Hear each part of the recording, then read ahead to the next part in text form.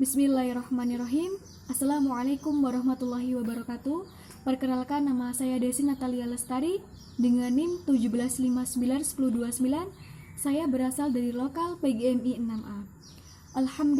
Alhamdulillahirabbil alamin. Nahmaduhu wa nasta'inuhu wa nastaghfiruhu wa na'udzubillahi min shururi anfusina wa min sayyiati a'malina may yahdihillahu fala mudhillalah wa fala hadiyalah.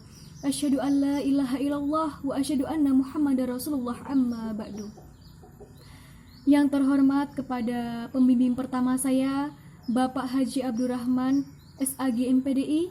Yang terhormat kepada pembimbing kedua saya, Ibu Tika Meldita, MPD. Yang terhormat kepada rekan-rekan mahasiswa yang telah menyempatkan hadir pada acara seminar proposal skripsi PGMI. Baiklah, langsung saja. Di sini saya akan menjelaskan mengenai judul proposal yang saya ambil, yaitu yang bertemakan implementasi program tahfiz Al-Quran Juz 30 dalam meningkatkan kemandirian belajar siswa kelas 5 di SDIT Al-Qudwah Musirawas pada tahun 2019-2020. Baik, langsung saja. Di sini saya akan menjelaskan mengenai latar belakang penelitian. Dalam pendidikan Islam saat ini, perlunya memupuk nilai-nilai keagamaan kepada anak agar peran guru dan orang tua dapat saling bekerja sama dalam merealisasikan pendidikan Islam terpadu. Pendidikan dasar Islam sangat berperan penting dalam menjadikan siswa menjadi mandiri dalam proses belajarnya. Problematika yang dihadapi dalam proses pendidikan saat ini adalah banyak siswa yang kurang mampu bersikap mandiri, baik dalam belajar maupun dalam melakukan aktivitas sehari-hari. Pada saat ini, perkembangan teknologi yang semakin marak dan canggih sehingga pendidikan Islam berkembang dengan pesat. Oleh karena itu, peran orang tua dan guru di sini sangatlah penting karena untuk mempelajari pendidikan Al-Quran dengan usia sedini mungkin. Menghafal Al-Quran sangat berpengaruh baik terhadap anak. Dengan adanya pendidikan ini, anak akan lebih semangat dalam mempelajari Al-Quran serta dapat mencintai Al-Quran. Hafalan merupakan suatu yang tidak mudah yang harus dilakukan dengan secara konsisten dan istiqomah. Oleh karena itu, hafalan menjadikan siswa lebih mandiri dalam proses menghafal. Pada saat ini, banyak lembaga pendidikan Islam yang memasukkan hafalan Al-Quran sebagai materi yang harus dikuasai oleh anak didiknya. Hal ini menuntut siswa untuk terus bersemangat dalam proses hafalan mereka. Pendidikan menghafal Al-Quran adalah program menghafal Al-Quran dengan mutakin, hafalan yang kuat terhadap lafaz-lafaz Al-Quran yang memudahkan untuk menghadapi berbagai masalah kehidupan, yang mana Al-Quran senantiasa ada dan hidup dalam hati sepanjang waktu sehingga memudahkan untuk menerapkan dan mengamalkan Al-Quran. Di sini saya mengambil penelitian jenis kualitatif, di mana penelitian ini juga harus mengobservasi atau wawancara atau terjun ke lapangan langsung. Di sini saya mengambil SDIT Al-Qudwah, di mana SD ini memiliki program unggulan yaitu tahfiz Al-Quran, di mana program ini dapat dilakukan oleh seluruh siswa tersebut yang benar-benar serius dalam hafalannya dan juga dapat mengamalkan isi dari kandungan Al-Quran. Oleh karena itu, peneliti tertarik untuk menggali lebih dalam lagi tentang program tahfiz Al-Quran yang ada di SDIT Al-Qudwah ini, serta implementasinya dalam meningkatkan kemandirian belajar siswa dengan judul Implementasi Program Tahfiz Al-Quran dalam meningkatkan kemandirian belajar siswa kelas 5 di SDIT Al-Qudwah tahun ajaran 2019-2020. Fokus peneliti saat ini yaitu yang pertama, untuk mengetahui bagaimana apa saja implementasi program tahfiz Al-Quran dalam meningkatkan kemandirian belajar siswa kelas 5. Yang kedua yaitu untuk mengetahui apa saja faktor pendorong dan faktor penghambat implementasi program tahfiz Al-Quran dalam meningkatkan kemandirian belajar siswa di SDIT Al-Qudwah.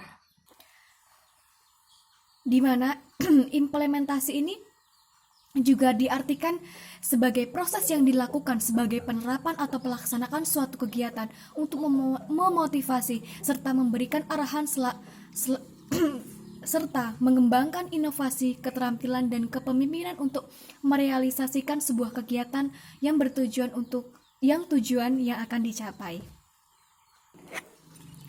Dengan proses implementasi ini juga berkaitannya dengan program, di mana program itu adalah kegiatan yang dirancang atau direncanakan dengan sesama untuk mencapai tujuan tertentu. Kegiatan ini berlangsung secara berkesinambungan agar dalam proses kegiatan dapat berkelanjutan dengan kegiatan yang sudah dilakukan serta belum dilakukan. Serta selanjutnya yaitu program tahfiz Quran, di mana ini menjadi salah satu program unggulan yang terdapat di SDI tersebut. Selanjutnya yaitu kemandirian belajar.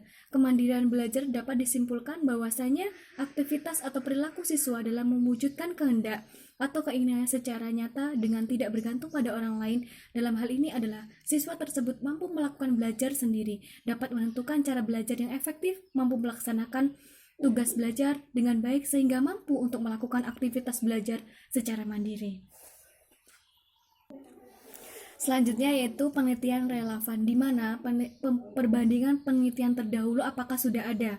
Nah, di sini saya mengambil 2 skripsi, yaitu yang pertama diteliti oleh Muhammad Bagus Maulana yang bertemakan implementasi program tahfiz tilawah dan tahsin tilawah dan tahfiz Al-Quran dalam menanamkan nilai-nilai agama Islam di SDIT Hasmah Tasbih.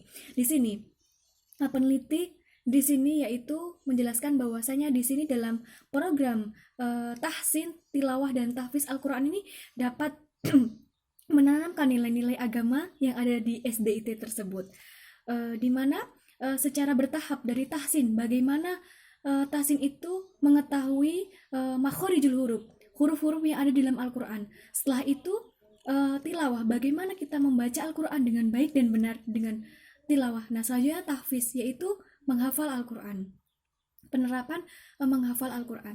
Nah, selanjutnya di sini saya mengambil yaitu peneliti oleh Devi Savitri, pembentukan karakter disiplin dan tanggung jawab melalui program tahfiz Al-Quran juz 30 di kelas 4 MI Miftahul Akroliyah Tabakari Ngali Semarang. Di sini yaitu peneliti lebih kepada karakter disiplin dan tanggung jawab yang peneliti ambil dalam program tahfiz Quran di sini. Di mana yang telah saya jelaskan di awal tadi, bahwasanya saya mengambil penelitian kualitatif, di mana pendekatan penelitian kualitatif ini mengamati dan memahami kondisi lapangan secara alami tanpa adanya suatu rekayasa ataupun dari penelitian. Namun untuk kondisi sekarang ini kita belum bisa observasi karena kondisi yang tidak memungkinkan. Tapi kita juga bisa wawancara dengan kepala sekolah, guru-guru tahfiz Al-Quran yang ada di SDIT Al-Qutwah. Semoga kondisi COVID-19 ini, semoga virus COVID-19 ini segera berakhir, dan untuk peneliti kualitatif dapat observasi atau terjun langsung di lapangan. Baiklah, teknik pengumpulan data itu 3 ya. Yang pertama itu observasi, yang kedua wawancara, yang ketiga yaitu dokumentasi, agar penelitian di lapangan itu menjadi nyata. Baiklah, di sini langsung saja yaitu keabsahan data. Di sini saya meneliti melakukan triangulasi, yaitu informasi yang diperoleh dari beberapa sumber diperiksa silang antara data wawancara dengan data observasi dan dokumentasi. Baiklah, mungkin hanya ini yang bisa saya sampaikan. Lebih dan kurangnya saya mohon maaf, dan kepada Allah marilah kita sama-sama mohon ampun. Saya akhiri. Wassalamualaikum warahmatullahi wabarakatuh.